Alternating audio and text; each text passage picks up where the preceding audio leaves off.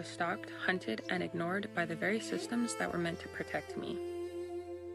This is why, with my father, Dale Richardson, we started the CARES Project, an Indigenous survivor-led movement for humanity. We are dedicated to exposing human trafficking, government corruption, and holding institutions accountable. The judicial branch is broken. It has failed to restrain the evils that have come upon this republic. Whether it's family court failures, weaponization of the judiciary, COVID-era harms, or human trafficking, the courts have allowed these issues to continue unchecked for too long. One of the most powerful tools we're using is the petition for redress of grievances. These are lawful constitutional actions rooted in the founding principles of this country. On May 19, 2026, a formal petition for redress of grievances was submitted to the United States Congress. This petition is demanding that Congress and the President use the powers under Article 4, Section 4 to preserve this Republican form of government by restraining these abuses pending congressional investigation. Through the CARES Project Action Plan, we are mobilizing people across the United States to strengthen this effort. This petition has been created as a template. If you or someone you love have been hurt by these same systemic failures in the courts or by government institutions, your evidence matters. When you come forward, please bring your evidence along with a copy of the petition for redress of grievances. This helps connect your story to this growing constitutional record being placed before Congress. We are asking you to stand with us. Join the CARES Project Action Plan and help us build a precedent that demands accountability and protects the God-given rights of American families. Our united voices will compel Congress to uphold the Constitution and safeguard our liberties. United we stand, one nation under God. I will close with my favorite quote. The greatest want of the world is the want of men. Men who will not be bought or sold. Men who in their inmost souls are true and honest. Men who do not fear to call sin by its right name. Men whose conscience is as true to duty as the needle to the pole. Men who will stand for the right, though the heavens may fall. Thank you.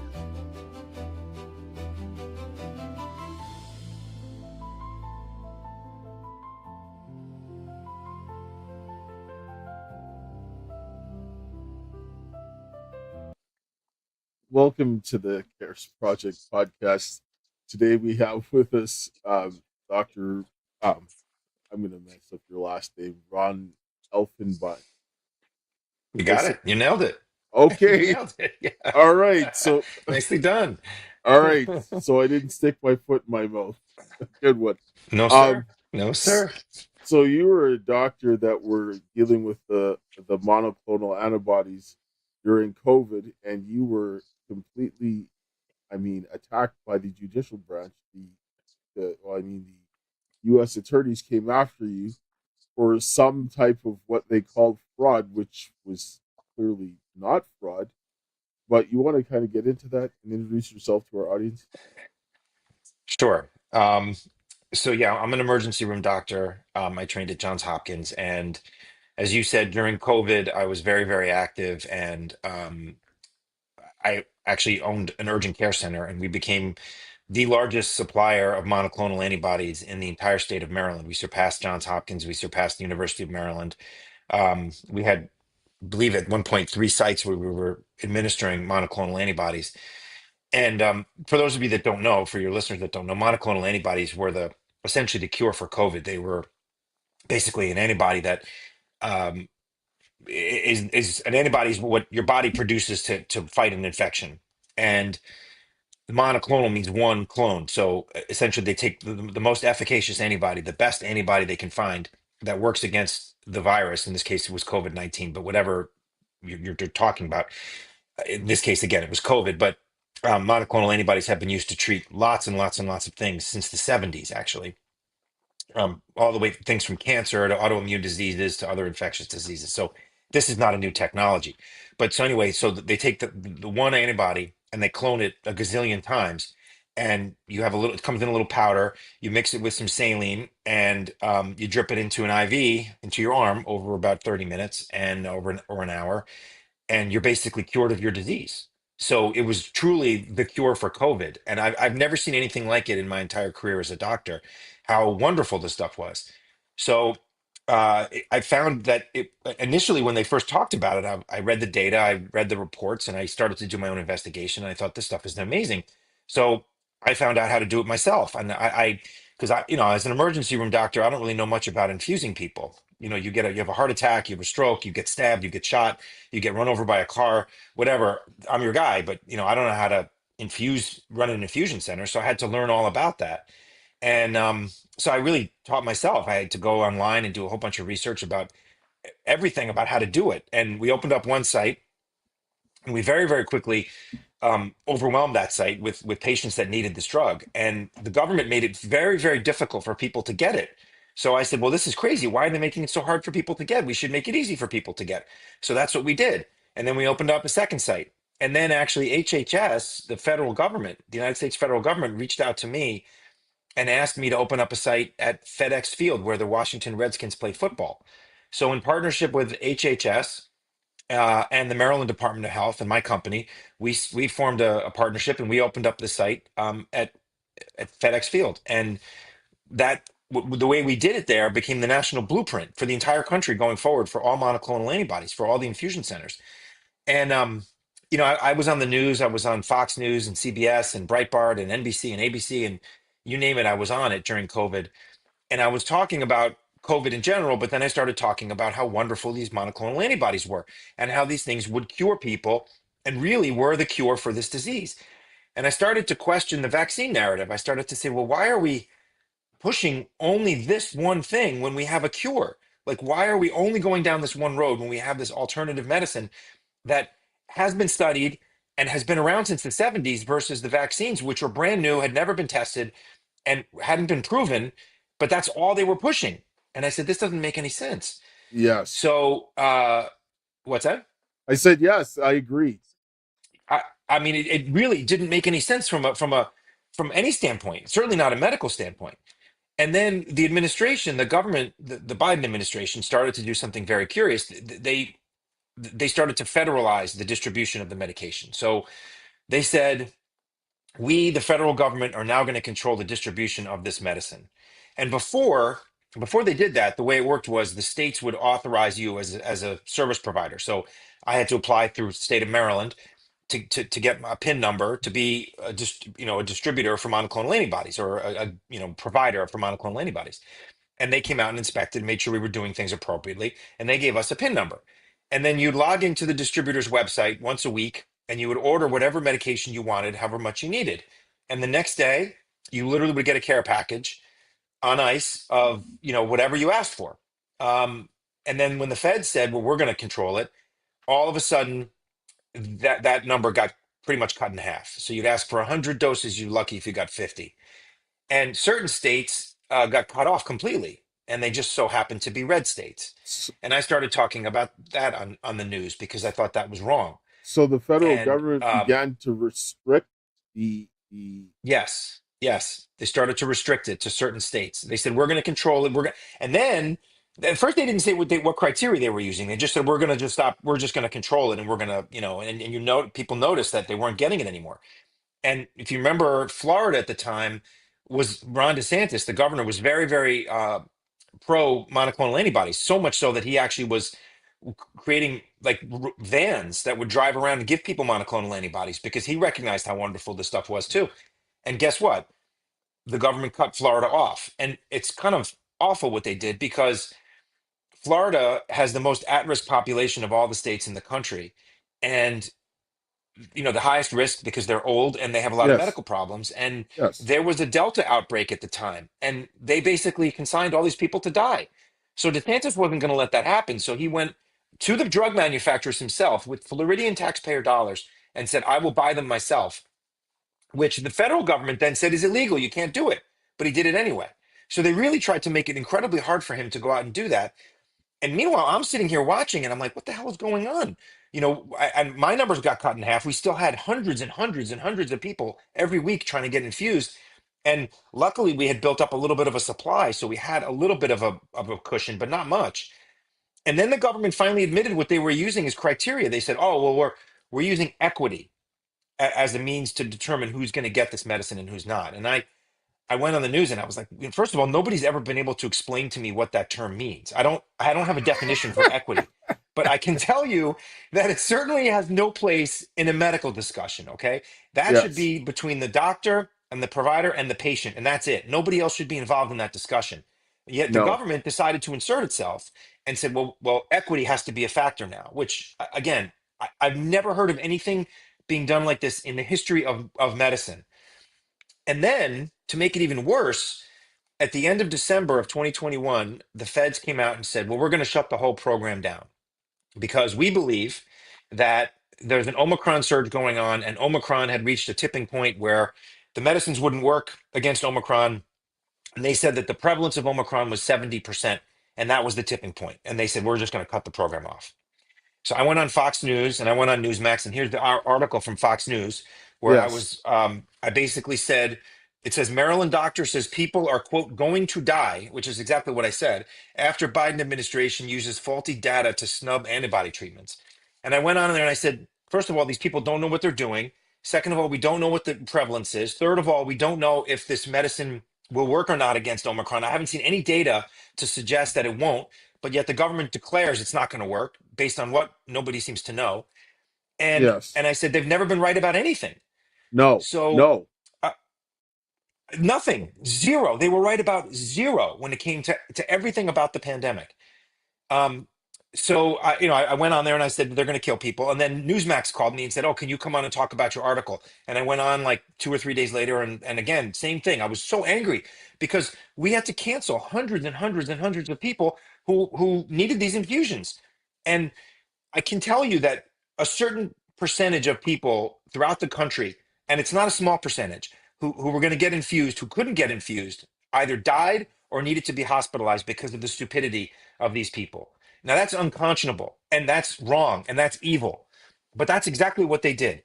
So, 4 months later, almost to the day that I went on Fox News and talked to them, I find myself indicted on federal healthcare fraud charges. And even the federal judge adjudicating my case in a pretrial conference said, this is a case of, quote, shoot first and ask questions later, end quote, because no real investigation had been done. They got my name wrong on all the documents just to show you like how pathetic their quote unquote investigation was. Yes. And, they come after me for these charges that were just ridiculous and bogus. And 4 months later, after I speak out publicly about this. So the timing is pretty obvious, in my opinion, makes it pretty clear what they were doing. They were trying to shut me up because here I was bad mouthing them. And I'm sorry. Also, I didn't know this at the time, but I've subsequently learned, I kind of suspected it, but Secretary Kennedy has spoken multiple times about the fact that if there is an emergency use authorization for a vaccine, if anything is proven to be efficacious against whatever that vaccine is targeting, in this case it was COVID they 19. can't. They can't use it. The any other medicines? What's that? They can't issue that emergency use because they've got another treatment. Exactly. The EUA is lost. So that's why, in his opinion, they had to squash ivermectin and hydroxychloroquine. And I would argue that monoclonal antibodies were even more efficacious than those two medicines because, first of all, we had data on monoclonals. We didn't really have data on hydroxychloroquine or ivermectin. And second of all, the monoclonals is one and done. You literally 30 minutes to an hour, you get an IV infusion and you are done and you are cured. So they had to squash it. And just so happens that after I went on the news, they indicted me, and a few months later, all the monoclonal antibodies were taken off the market, and You you know, cannot get them anymore. this is actually. It's funny in the sense that I've watched this type of thing happen before. It's not funny that they're actually doing it. But I mean, like for me, I'm a mechanical engineering technologist, and I whistle blew the engineering controls because I saw what they brought out here in Canada. They got it from the CDC, and it was wrong. It was dead wrong. And I watched what Yep. they did. I watched what OSHA did, what they did here for OH&S, which is the Canadian equivalent, and they did it wrong. Hmm. So for me, when I'm thinking to myself, I'm like, you have an aerosolized pathogen. Engineering controls reduces the spread by up to 80%. So if you do this wrong, and then I watched everything that they did after that, like the masking, they what they did with the treatment, what you're talking about here, it's like they wanted people to get sick, and then they're like, oh, here, by the way, here's this vaccine. And then I was talking to somebody about what they were talking about the sequencing with the spike protein and all that stuff, and it was like, this is insane. Like, why would you do this? Why would you do this? Why would you take the tax dollars to get people sick and then punish people who are trying to keep people healthy? Yeah, it's a great question. And I think the answer is pretty clear when you look at exactly the way you framed it. And the same thing with my case, and we can get into the details of it, but they basically charged me with 5 counts of healthcare fraud. And truthfully, the explanation of they said we were upcoding, meaning we were using the wrong code, okay, the billing code. That argument, and we'll get into it in a minute, but makes no sense. It really doesn't. What makes sense is the alternative, which is I was a threat to the EUA for the vaccine, and I was obnoxious, and I was loud, and I was the largest provider of this life-saving medication in the entire state of Maryland, and to my knowledge, the entire Mid-Atlantic region of the United States, which includes Pennsylvania, Delaware, Virginia, West Virginia, and Maryland. So that's a pretty big chunk of the East Coast, and we were getting people from New Jersey. Somebody drove down from Vermont to get monoclonal antibodies at one of my sites because they couldn't get it where they were. So we were big and we were doing a lot of good, and I think the way they saw it, they had to shut me up and they had to shut me down.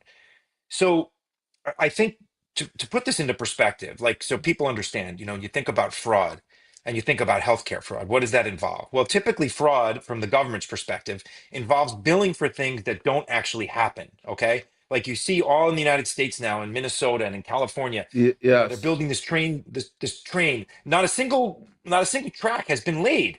And yet $6 billion or some ridiculous number is disappeared. That's clear fraud, right? I mean, things that are being billed for that don't actually occur. Well, they charged me with 5 counts of healthcare fraud, which are 5 individual patients. And by the way, just to lay this out, that carries a 50-year sentence in jail and millions of dollars in restitution. 50 years. yes. And truly, what this really boils down to at its worst is a billing dispute over 5 charts. Each chart is about worth about $50 in terms of the billing dispute. So you're talking about 50 years in jail for a $250 billing dispute. Like in what universe, galaxy, whatever, does that make any sense? I But don't. just so you understand, well, right. I mean, because it doesn't make sense. That's my point. These are the patient charts. Okay, their names have been redacted, but they're right here in my hands. These are real people. These patients existed. They all got seen. In fact, the government, I don't understand why, but they called 3 of them at trial, and they raised their right hand and they said, "Yes, I swear to God that I'm a real person. I got seen. I got tested. I got my vital signs taken. All the rest of that stuff that we said we did. Where's the fraud? I Like these are real human beings." I was looking over some of your court documents as well, and I couldn't understand the case that the government was trying to make that in a rational manner. Like, because if justice is done, a person should be able to come back and look at what was done and understand why they came to that conclusion. And Right. this, then again, like when you sit down and look at the way that what the how the people, like how a jury convicted you, I don't understand. I do not understand how that happened. Well, I think I do, and I'll get that in a second because I think I do. But so they said we were upcoding, and by the way, there are over 69,000 codes that we use in the ICD-10 lexicon, and the government said that we chose 5 charts that we wrongly coded them. Okay. And as I said before, we were billing what's called a level 4 billing. It doesn't matter. I don't have to get into all the details, but we had a very reasonable, rational reason for doing that. And by the way, I didn't see a single one of these patients. Okay. We had nurse practitioners and PAs seeing them. let me I ask you didn't a see them. let me ask you a question. How many people did you see over all that, like over that period of time? So the period of the indictment, we saw over 100,000. And throughout the entire pandemic, we saw over 300,000. And the government chose five. Five. That's all they did. And by the way, Dale, I know, right? It's laughable, right? It is completely laughable, but it's not because it's so serious. Yes. But I get it, and I feel the same way you do. I mean, I feel free to laugh. It's okay. I'm not mad. I agree with you. Like you have to laugh because it's so ridiculous. So they look at five charts. Now, they never even had a professional coder, okay, look at these five charts, just government attorneys. Yes. And as I said, I didn't see a single one of these patients. We had nurse practitioners and PAs who saw them, who charted on them, and who did their billing and coding, not me. And then we have a third party company outside of our company who did the billing and coding just to make sure things were done properly. None of those people got indicted. None of those people got investigated. So, um, again, I didn't see any of these people. I didn't bill any of these people. It was on the medical director, but I wasn't there physically seeing these people. Now, as I said before, we billed a level 4. The government alleged that that was wrong. They never said why it was wrong, how it was wrong, or what the right billing should have been. They just said, they kept pointing their finger at me and saying, you're wrong and you're a criminal. But they Th- never said how or why. that, but It's crazy. this is the point that you just made here. The prosecution has to bring their case. The onus is on them to prove beyond a Yes, yes. reasonable doubt that you did something wrong. But the fact is like, no, it's up to you. This is what you see when you find weaponization. It's like you're guilty and you have to prove yourself innocent because I said so. And this happens all the time. Absolutely, 100%. And yes, it happens way too often, and these people get away with it. And luckily, they didn't in my case, and I'll get to that in a second. But you asked a very good question earlier. You said something earlier. How did the jury convict me? So I took this to trial again because I did nothing wrong, and this is insane. And I kept thinking, they have no evidence. I haven't done anything wrong. What are they going to? How are they going to prove this? And every single thing that they threw up there got destroyed. Every one of their. So first they said, well, you weren't spending enough time with your patients. And again, I wasn't seeing these people, but they said you weren't spending enough time to justify the billing that you were doing. That was in my indictment. They indicted me. Two things were listed in the indictment. You're not spending enough time with your patients, and all these visits were medically unnecessary. The first day of trial, their first witness, their quote unquote expert, who by the way was not a coder or a They biller, they just an said expert. that your treatment was medically unnecessary. They said that well, no, no, no, not the monoclonal antibodies for testing. These were all patients Oh, who got tested for COVID that they indicted me on, and they said that we had them see a provider, a nurse practitioner or a PA, and they said that was medically unnecessary. Sorry for the confusion. well, So okay, the first day of trial, but the PCR testing that they were testing everybody for COVID was unnecessary. Do I have that right? no, that they said what was unnecessary was for us to have them see a provider. So the patient would come into our urgent care center, and a nurse practitioner or PA would evaluate them and say, okay, I think you should have a COVID test done, or I think you should have a chest x-ray, or I think you should, whatever it is. They were the ones that decided what the treatment option was. So the government said that was medically unnecessary, alleged, excuse me. The Biden Department of Justice alleged that. On day one of trial, their expert, who's not a biller or a coder, but a quote expert on Medicare, testified under oath that one, time is irrelevant in direct opposition to what they indicted me for, criminal indictment. And number two, that all of these things were in fact medically necessary based on what CMS, which is Medicare, the FDA, the CDC, and everyone else put out saying that everybody should see a provider. So their own expert undermined their entire indictment of me under oath, under oath. So, So, so basically, okay, they told you to do something. You followed what they said, and then they told you yeah, were wrong. correct. It gets worse. It gets worse. So you raised the point before. How could the jury have found me guilty? So closing arguments come, and literally the government had gotten destroyed. Okay, completely destroyed. Every one of their arguments. Again, those two that I just said, their own expert testified and undermined them. So it's coming to closing arguments. They have nothing. They presented no evidence. And in a criminal case, you have to prove two things. You have to prove intent, that you intended to commit a crime, and you have to prove that a crime actually committed. They couldn't prove that a crime actually was committed because the only person who testified about the billing, the actual billing, we had an expert come in who was the past president of the American Association of Professional Coders. And he looked at hundreds of charts, not just 5 charts. And this is what this man does for a living. And he said, yeah, the charts were all coded properly. Yet the government didn't even go to the expense of having a professional look at the charts. They just had government lawyers who know diddly squat about coding and billing. And they said, oh, yeah, your coding is wrong. Well, what the hell does the government lawyer know about coding when there are people who do this for a living? Anyway, so the closing arguments, and something that really bothers me about our system of justice, and I'm assuming it's the same in Canada, is the defense goes first, then the prosecution and closing arguments, and then the prosecution gets to rebut you. They get to go last. I'm like, they're the ones bringing the case. Why should they get to go last? That's crazy.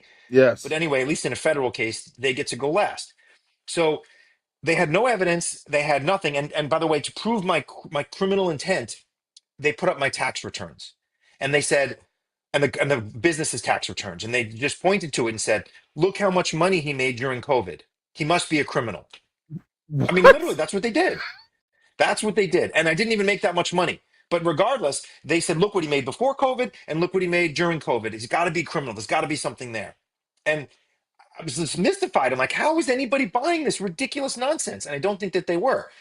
But then when it came time for closing, the government rebuttal, the chief prosecutor gets up there and he says to the jury, he goes, you may be asking yourself a question. What's the appropriate coding level? Is it a level 5, a level 4, a level 3, a level 2? The good news is you don't need to know. You just need to know that he's a criminal and he's wrong, meaning me. And then, even more mystifying, he gets up there and he says, you know, jurors, the defense, they had this expert come in and he put up all these charts and he talked about all these rules and all these things you had to follow. Just use your common sense. Does any of that make common sense to you? I swear to you, that's what he said. He goes, does any of that make common sense to you?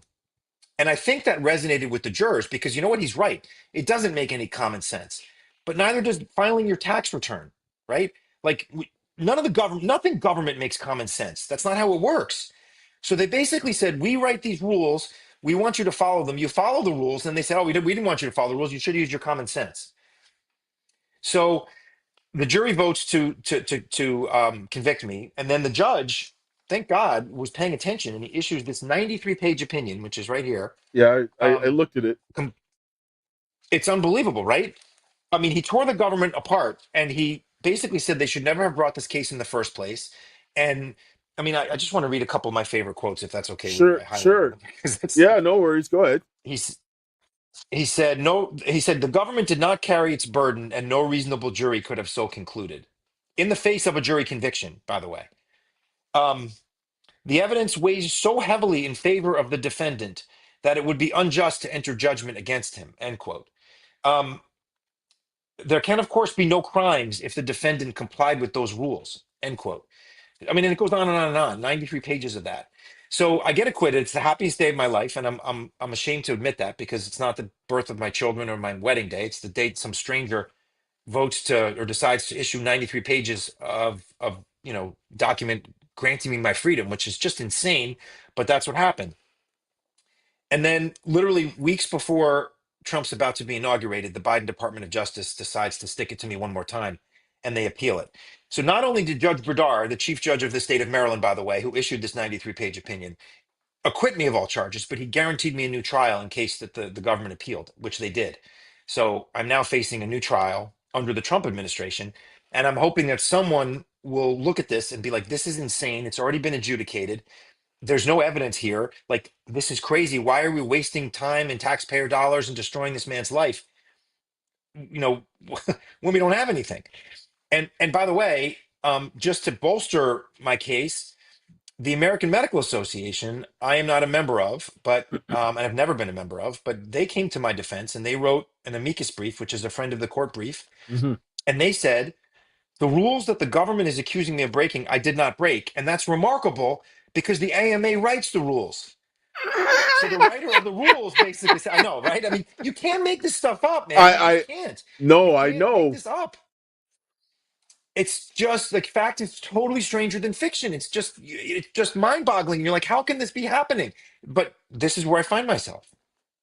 This is a problem of where we're at. I just got to take a short break to play a commercial, but we'll come and talk about this on the other side because this is a problem, a huge problem that we're seeing going on. So we'll be right back after.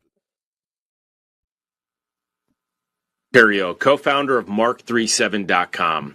I spent my career in Silicon Valley working for high-tech infrastructure companies, and I've witnessed firsthand the surveillance apparatus they've built. Most of you already know we're in a digital war right now, but are you really aware that we're trying to fight this war with the weapons and tools of the enemy? That Android or iPhone in your pocket, that MacBook or Windows laptop, it's a tracking device feeding everything you say and do to companies that want you under their control or eliminated entirely. Every text, call, location, even how long you pause on a post, they track it all and use complex algorithms to then use this data to manipulate your behavior. If you knew someone hacked your devices and was selling your data without your consent, you'd be furious and terrified. So why are you okay with these companies doing this to you right now? Here's what they don't want you to know. There is another way. At Mark37.com, we offer phones, laptops, tablets, and even basic flip phones, all running systems big tech can't access unless you explicitly give them access. And what's even better is you also don't need to sacrifice productivity. I'm one of thousands of geeks mobilized across this country, building tools and providing education and support to help you live anonymously online before they enforce digital ID. Go to mark37.com. Sign up for a free 30-minute digital privacy consultation. Join hundreds of thousands who have decided to stop feeding their data to companies actively working to enslave us. Take back your communications. Take back your data. And may God bless you on your journey. Yes, and I got myself one of those phones because I live in communist Canada. And I mean, they're intruding on you every step of the way, and they're trying to get other companies to do so. So if you want to get a discount, use a promo code Karis, and you'll get 5% off. So yeah, go check it out if you want to keep your stuff private. Um, Kind of going back to what we were talking about beforehand, is that when I looked at your case, it was a recurring pattern that I saw, whether it be the criminal court, the civil court, the family court, the immigration court. They All of these are operating in the same type of ways, and you're watching.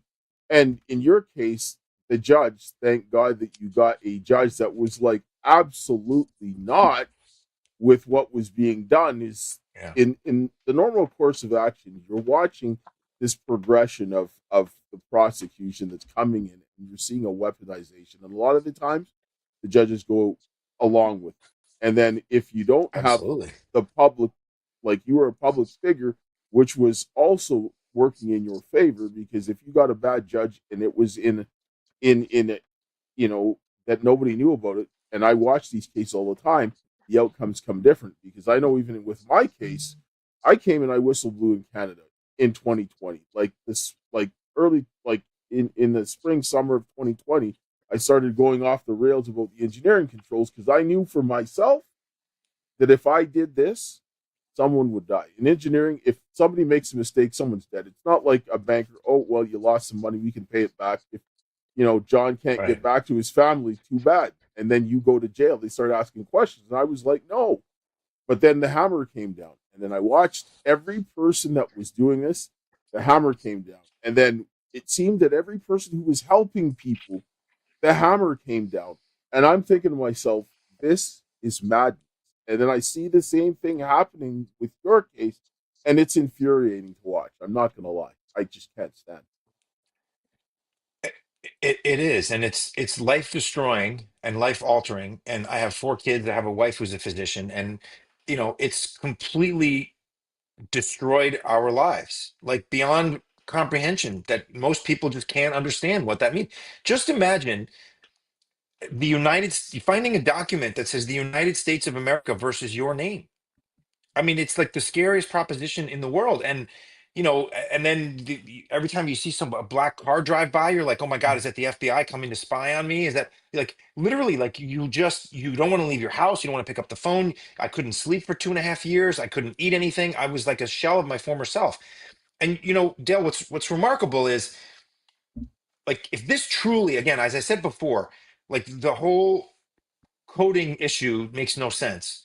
And because first of all, I hope I convinced people of that. But even if I didn't, if you really believed that there was some coding issue, right? What would you do?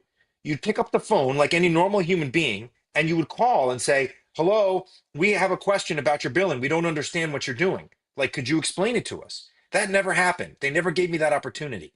They never even, again, had a professional coder look at any of these charts. Like, who would do that?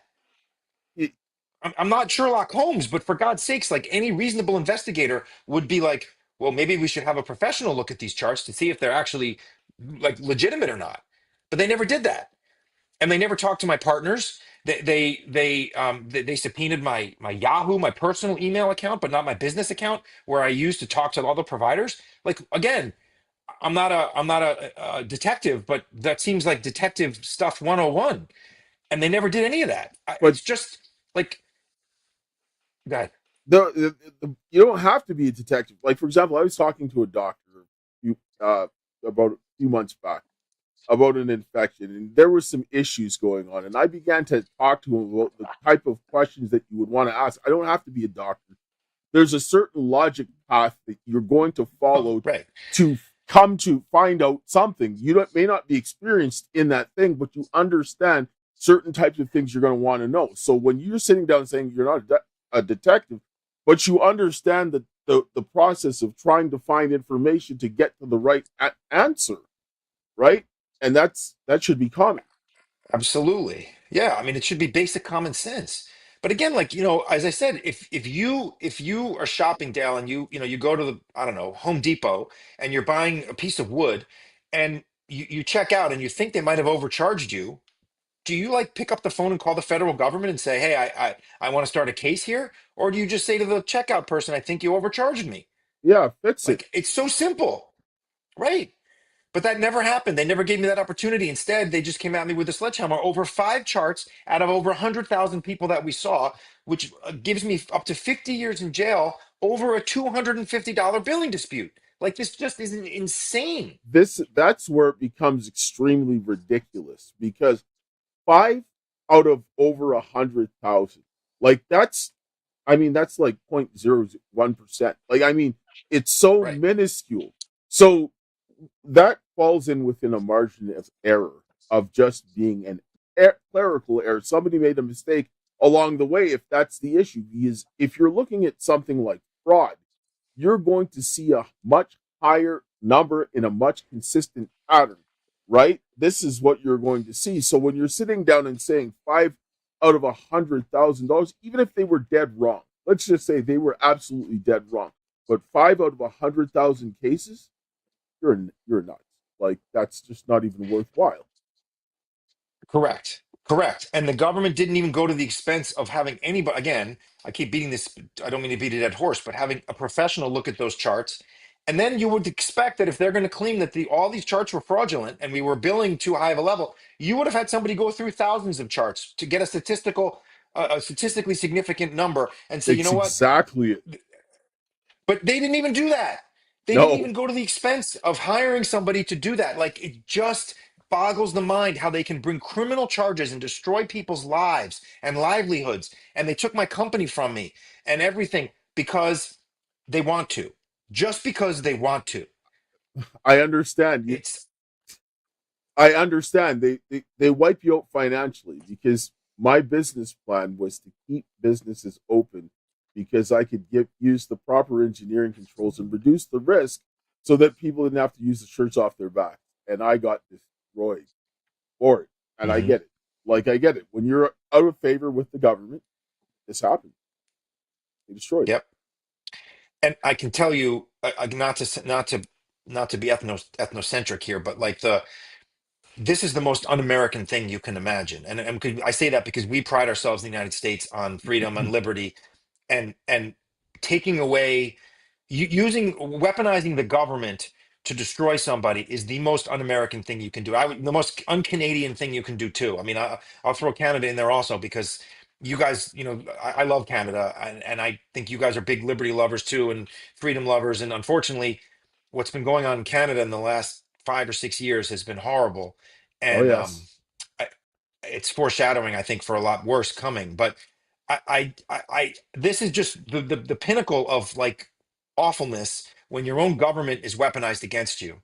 And yes. if people are interested, there's more information on my website. It's www.dropthecase.com. There's more information. There's a give, send, go. If people can afford to give, I would very much appreciate it because this has nearly bankrupted my wife and I. Thank God my wife still works. She's a pediatric oncologist. She treats children with cancer. And Mhm. thank God that she still had a job because I couldn't work for almost 3 years. Um, and it's been tough getting back to work too. So, but again, there's more information on the website. There's all sorts of stuff, and people can reach out to me, and I'm happy to talk to them. But this happens, as you said before, that I'm not the only one. This happens No, to a lot of people. this is specifically like with what my daughter was talking about at the intro of the show with the petition for redress of Hmm. grievances. This is exactly why we did this. Because what we're looking at here, the only place that can actually address this is Congress and the president. And this is why we put that in, because we had about 21 people and they all had judicial branch issues and government agency issues. And in all of the cases, the courts did not work as function. It was only the judge in your case that ended up being the last stop because the jury of your peers, they they felt they missed the bus. They just they did it wrong. And so you're seeing this systematic weaponization of the judiciary, which is now a politicization of it that needs to be checked. And this is why when she talked about the Article 4, Section 4, this is exactly what's happening. Because Hmm. when you start making people wipe them out financially, you put them in jail, people are being harmed as a result of this. You're talking about violence. You're talking about being like you're basically turning people into slaves because when you're spending millions of dollars wasting everything that you have on frivolous like made up charges, destroying your life, this is a huge problem. This is where you have to sit down and say, is the republic functioning the way that it's intended to? And it's not. Because if you're having this high prevalence of this happening and politicized cases like there's a huge problem and it needs to be fixed. And that's why this needs to get dealt with. 100%, absolutely. And the problem is there's no accountability. So, the prosecutors and the people in the Biden Department of Justice, like, they don't care. They just move on and they get promoted. I mean, it's all about W's and L's for them. And I'll tell you, there's a guy who signed my indictment, who signed my appeal, and who also signed all the subpoenas for all the Arctic frost people, all the congressmen and senators who they spied on, the United States congressmen, United States senators that got spied on. His name is Kenneth Polite.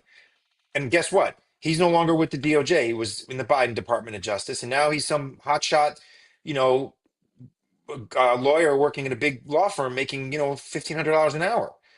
He doesn't care. There's no accountability for him. He brought this bogus case, destroyed my life, destroyed my wife's life, destroyed all four of my kids' lives. Doesn't care, and is making them, making mint right now. And and he just got subpoenaed to come talk to Jim Jordan's committee in the United States Congress because he subpoenaed sitting U.S. senators and U.S. congressmen's cell phone records without their knowledge. Same guy, um, but no accountability. What's going to happen to him? Nothing. Zero. So it's just like they destroy your life. And again, like I bring this point up again, like they destroyed my life. They went after President Trump, the most powerful man in the world. Don't think for a second out there to your listeners that they can't do this to you, Of because they course they can and they will. will. If they have any reason to, they certainly will. Like there's no reason for them not to. If they don't like you, they don't like what you have to say, they're going to come after you. And I would say that as a physician, this is especially scary because you want your doctor to be able to say, I don't really agree with this narrative. I don't really agree with what they're telling me. I think publicly we should be questioning things. Like, that's a good thing. That's the scientific method. And what they're Yes. doing is the antithesis of that. And you want your doctor to be out there publicly questioning this stuff to make sure that what's happening to you as a citizen is appropriate and is medically sound. But all this is doing is making us scared to speak up. And I can guarantee you that the next time there's a pandemic, and of course there will be another one, whether it's planned or not, like there'll be another one. I mean, we're a globalized society, so there will be another pandemic. Um, what idiot would want to put themselves in a position like mine? Like, who would speak out, and who would want to step up and do the right thing? I could have hidden in my basement. I could have stayed home. I could have shut the urgent care down. I didn't have to do what I did, but I did. And I saved thousands and thousands and thousands of lives and hundreds of millions of dollars to the system, if not $1 billion, because of all the people that we saved and all the people we kept out of the hospital. Um, and yet they're coming after me for this chicken shit nonsense. It's so frustrating. This is the whole point. When I look at the way that they came after people, no matter what they were doing, that were trying to help people, that were trying to do the right thing, and that were speaking up against the abuses, I have to come to the conclusion that there was an element of people in the government that wanted wrong to happen. And there were people who were profiting from it. Because this is the only logical conclusion when I look at this from start to finish and how people were targeted is that they wanted to destroy human lives. There's no other reasonable outcome because statistically speaking, this is impossible for this to happen of random happen chance in such a deliberate manner. It's impossible. So to speak exactly to your point, Dale, remember back a little while ago, I was talking about when they shut the program down, the monoclonal antibody program. Okay. They said Yes. there was an Omicron surge. Okay. The government came out and said 70% was the threshold and that had reached the 70% threshold. I went on the news and I said that you're full of crap. You don't know what you're doing. You don't know what you're talking about, and you're wrong. And guess what? About a month later, they never apologized, but they admitted, oh, yeah, we were wrong. The prevalence of Omicron is not 70%. Guess what it was? 20, 20. Now they missed that by a 50%, 50 percentage points. They missed that by. Now, in my mind, two possibilities. One, just complete and utter idiocy and just stupidity, which is entirely possible, or two, nefarious intent. I guess the third possibility would be a mixture of those two.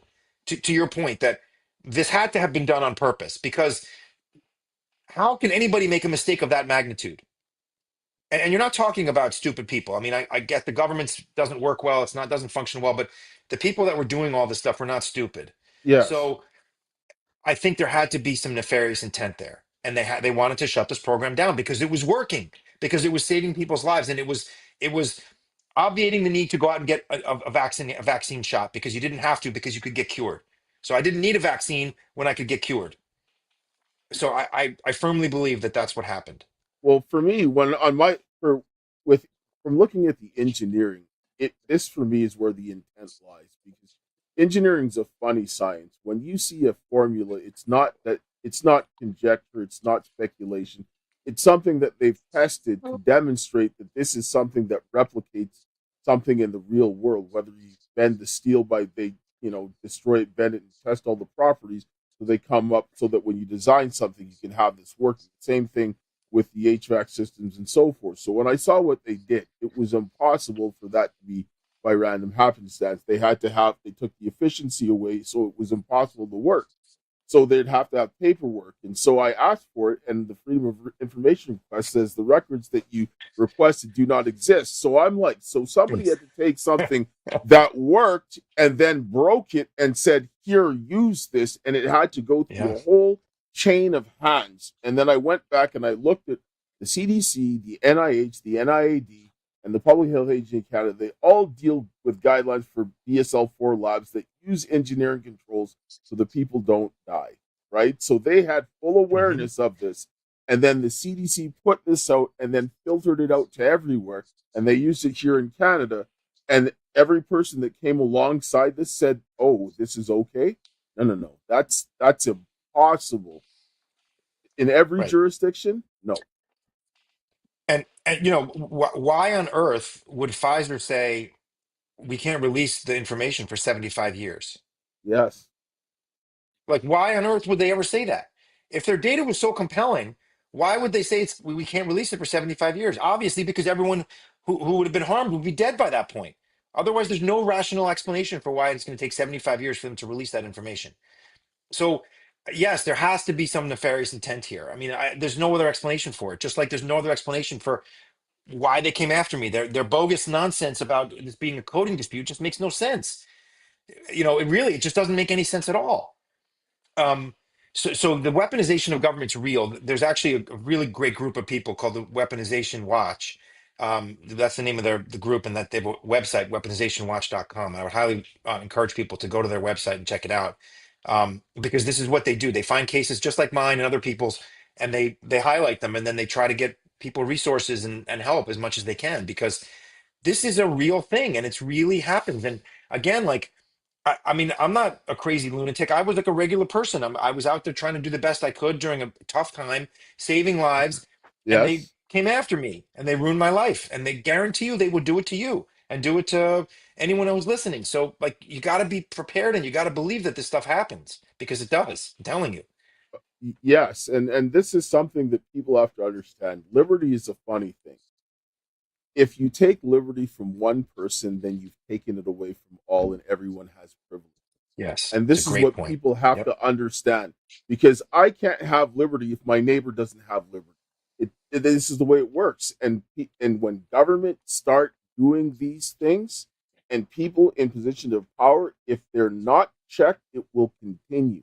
There has to be accountability and consequences, and hard consequences, because when you're trusted in those positions as a public servant, you are given power that you're supposed to get from the people to do what's right. When you do wrong, they need that the hammer needs to come down, and the example needs to be made so they don't do this again. Yeah, the system is crazy. Like, I didn't even know. I mean, again, like, I had never thought about interacting with the criminal justice system. To me, it was like the farthest thing from my mind. So I didn't know how the grand jury, for example, works. I don't know about in Canada, but in the United States, it's you don't even know you're under investigation. They have a grand jury, it's secret, and the only one who gets to speak to the grand jury is the prosecutor. And he basically, or she, can say anything they want, because you can never see what they said. It's sealed. So, like, they could be lying through their teeth just to get an indictment against you. You have no recourse. You can't defend yourself. And clearly they created bogus nonsense because they didn't even understand their own rules that they came after me for, as evidenced by the fact that their own expert undermined their entire indictment under oath. So, like, that's the system that we have. They can just say whatever they want and get you indicted. Like, it's crazy, but they will ruin your life because they can, and it costs them nothing. It costs you your life, it costs you your livelihood, your savings, your house, everything. It costs them nothing. They get paid the same amount whether they destroy your life or not. And they don't really care. I don't know how these people can sleep at night, but they don't care. Speaking of costs, how much did it cost you to go through all of this? I don't even know, but multiple millions of dollars. I mean, I still owe my attorneys, probably more than my house is worth. Um, and I have a nice house. But my lawyers have been great. They recognize the fact that I'm innocent, I didn't do anything wrong, and that this is nonsense. And they basically have been, you know, they're in a big law firm. They're like, just pass when you can, what you can. And I pay them every single month, whatever I can afford to. I write them a check once a month, and I'll be paying them until the day I die. But I mean, they've been very gracious about it. But now I'm facing a new trial, which is going to be more than double what I already owe them, what I've already paid. Um, Again, they're not. A lot of lawyers would be like, "Well, you can't afford to pass. See you later." They didn't do that, and they've been very good about it. And I mean, I think they know that. Again, I'm innocent, and I have been making an effort to pay them whatever I can every month. But it's like I pay them way more than my mortgage payment. Um, it's you can't blame them, right? They're doing the job; they should get paid. But these they're Yes. not cheap. I mean, defense lawyers are ridiculously expensive, and the government has lots and lots and lots of lawyers at their disposal that work on salary, and they don't really care. Yeah. So it's it's very unfair. The system is very lopsided and very unfair. And I'll tell you, after that experience. I went into I started working for a company in Maryland that went into prison, goes into prisons and jails and provides medical services to the inmates. Um, county prisons and jails, not state or federal, but very eye opening. And I really it was kind of one of those there, but the grace of God go I. I mean, I could have been one of those people in one of these facilities, and they all deserve to be treated with respect. They're all human beings. Most of them are not hardened criminals. Most of them are not, what you would expect,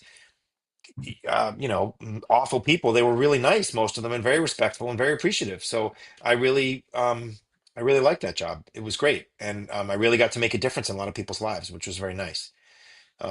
But there's a lot of people who get. I mean, I met one guy. He's like, again, this is not a federal issue, but people get tossed in jail for all sorts of stupid things. This guy was like, there was a raccoon on my front porch and I shot it. And I live in the middle of the woods. My nearest next door neighbor's over a mile away. The next thing I know, the police throw me in jail because I discharged my firearm in a residential setting. Um, so he had to spend a night in jail for that. I mean, it's just crazy what we incarcerate people for. Yes, But anyway, but it some of this is federal issues because when you start seeing people getting their constitutional rights taken away, every state judge has the U.S. Constitution, treaties, and federal laws binding based on Article 6, the Supremacy Clause. So when a mhm, state judge, allows somebody's rights to be violated under the U.S. Constitution, that becomes a federal issue. And when you're starting to do this, this is where the federal government is designed to come in. Like the federal government is there. The purpose for them to there is that if one state is out of line, then somebody could go to the federal yeah, government and get them to come back in line to the Constitution that they all agreed on. Because if you didn't agree with the Constitution, leave the Union or don't join to right. begin with. But you had your chance, so you said this is what we agreed to, and this is what we're going to do. But what we're seeing now is the federal government is turning a blind eye and allowing the states to do these types of things. And you're seeing like this is how this weaponization is working. Like over after dealing with COVID, I started to see like the trafficking issue, the court issues, everything. And I was just like, this is what I'm dealing with. And I see this on a regular basis. And that has to be rectified because there's going to be no future for our children. I've got two daughters. My youngest daughter I haven't seen for 6 years because of me coming forward and got punished Oh, in unconscionable ways. And I'm like, this terrible. has to get dealt with. And they knew for me, I got wiped out financially, so I learned a lot. So I started to represent myself. And then they just continued to go down because I was like, absolutely not. If you stole my house, I could walk away. But when you went with my kid, I was like, you need to kill me first, Yeah, right? I'm never gonna good stop, for you. Absolutely. No, right? good. It's horrible. And they know that, the punishment really is not necessarily the end result. It's the process. The process is Yes, the punishment. They drag you through this, and again, like in my case, they're dragging me through it again because again, what do they care? It doesn't matter to them. They're getting paid the same amount. They know that they can make my life miserable. They will. Every chance they get, they make your life miserable because they can, and they doesn't matter. No consequences, no problem. They can just destroy you and destroy your life and destroy your family's life. They don't really care. Um, and they know that the process is the punishment.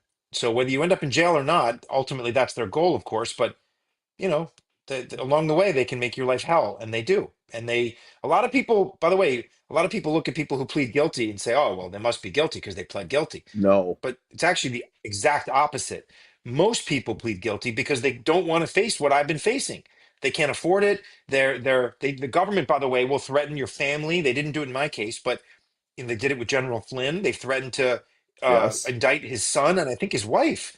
Like, who does stuff like that? It's like the mafia, Speaking but about they did. speaking about General Flynn, I interviewed him a couple of times, and my daughter met him and gave him actually my engineering report, and he spoke about it publicly. Talked about it's a national security concern. But what happened with him, what he did, people don't really understand the magnitude of what he brought forward when he talked about the stovepiping. what he talked about, what he saw in Afghanistan, that's exactly what they used in COVID across the board. If they implemented what he said, they would have never gotten this far if there was communication across them. And so I understand why they came after him, because this, what we're seeing now, wouldn't have been possible if he had implemented and had all of those different agencies communicating with each other. Because if you notice how they Hmm. isolated everything and they weren't doing things properly, even in your case, they wouldn't bring in experts, and they isolated their narrative from things that they should have done, because proper investigation would get the people to come in to look at this case to strengthen their case. But of course, if they actually brought those experts in, it would have destroyed their case because they don't have one to begin with. Right. And so Right. these are things that have to get rectified. So you said you have a trial coming up. So where is that? What's going on with that? Where's that at? Well, it's a new trial, and it's been January of 2027. Um, so I'm trying my best to try to get in touch with somebody in the Trump Department of Justice who can look at this and again say, in the interest of justice, because that is the name of this department, we should drop this case. And this is ridiculous and without merit. And frankly, I should get an apology. But I look, I just want them to go away. But I would love an apology, and I would love them to just leave me alone and to let me go about my life. Well, they should Because restitution. that would be great too. But one thing at a time, like, yeah, I mean, it's again, they destroyed my business. We went from one urgent care before COVID with 6 employees to 8 facilities with over 300 employees, and they wrecked all of that. They destroyed it all. It's all gone. Um, and that was I was very proud of that. We did a lot of good. We saved a lot of people's lives. We helped a lot of people. And look, I mean, to the point I made before about my tax returns, like, did I make some money during COVID? Of course I did. Like, we saw over 100,000 people. But the business made the money. I mean, I got paid a little bit as the medical director, and I got a portion of it as an owner. But like, I wasn't, I'm not driving a Ferrari. I drive a Hyundai, for God's sakes. My wife drives a beat up Subaru. So like, the government alleges that like, you're Tony Soprano with money coming out of like the hidden in like the Yes. in the ceiling. I'm like, I mean, come on, it's insane. um and again, most fraudsters, like, they get these people, they drive Bugattis, and they have big yachts, and they have buy new houses. We don't live high on the hog. I have 4 children. Like, I'm taking my kids to soccer practice and lacrosse and ice hockey and stuff like that. I mean, we're Yes. not taking lavish vacations and buying expensive stuff. Like, this is just insane. And I keep saying that, I'm sorry, but it's so mind-boggling, and it's so hard to wrap your head around. And I find it very cathartic to talk about it, because for the longest time, the lawyers tell you, don't say anything, don't talk to anybody. Yet the government's free to say whatever they want. They can put out all these press releases and call you a criminal and call you all these horrible names, and you can't say a word. Well, finally, I said to my lawyers, I'm like, you know what, I think it's time to fight back, and I'm going to start speaking up. So I did, and I'm very happy that I'm doing it. Yes. And it is good that this needs a lot of exposure and a lot of sunlight for things to get dealt with. And so I know we're running up here on time, but if you can hang around just after this, because there's something I wanted to talk about that can probably help what's going on Absolutely with you. happy to. Yeah, of course. Just for your final 2 minutes, what do you want to say to people? What do you want to tell them? First of all, thank you for listening to me rant and rave about this, but it's really an awful thing to go through, and to be the victim of. My only goal really was to try to save as many people as possible and do as much good as possible. I figured, like, as an emergency room doctor, now is your time to shine. Like, this is like, it doesn't get any better from a job perspective or a life perspective than there's a global pandemic, and this is what I'm trained to do. So, like, time to step up, time to do the right thing. And that's what I did, and I embraced it, and I jumped in with both feet. I mean, I didn't see my family for 2.5 years. I didn't, I was running around. I was doing everything I possibly could. And the thanks that I get is to get indicted. And by the way, I didn't mention this, but the governor of our state came and awarded me a citation personally. He showed up at one of our facilities, drove in, came in, shook my hand, and gave me a citation saying for all your bravery and hard work during COVID. The state legislature did the same thing, and I'm a registered Republican. I ran for state senate as a Republican, and Maryland is an overwhelmingly Democrat state. Despite the fact that most people in the Maryland state legislature are Democrat, the state legislature voted to give me an award as well, a citation.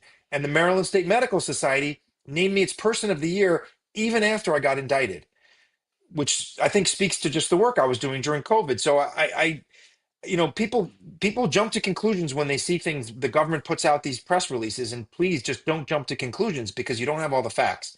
I can guarantee you that. And if you can please go to my website, dropthecase.com, I would very much appreciate it. And if you can afford to give something, just please go to the Give Send Go. It's on there, and follow me on X, Ron Elfenbein MD. And I'm happy to engage with people. I'm happy to talk about it. I'm happy to, share stories, whatever. But as you said, Dale, like this happens to one person, it happens to everybody. So this is something we need to put an end to. Absolutely. And, I mean, before we go, I'm going to close here with a prayer because we need some of this. And this needs to stop. People need to understand that you cannot allow this to happen to anybody because it will happen. And so with that, I'll close. Heavenly Father, Lord, we thank you for this day. We thank you for your love, grace, and mercy. And Lord, the hope that you've given all of us. And Lord, we look at the situation. I ask you to intervene and watch over Dr. Ron with his situation and all the other people who are fighting the weaponization of the government, and help that people will come together to stand up against this, and that the men and the women will come together, rebuild our families, our churches, our community, our nation, that we can have some protection for the children who need it the most is my prayer. In Jesus' name. Amen. Amen. All right. Thank you. Thank you guys all for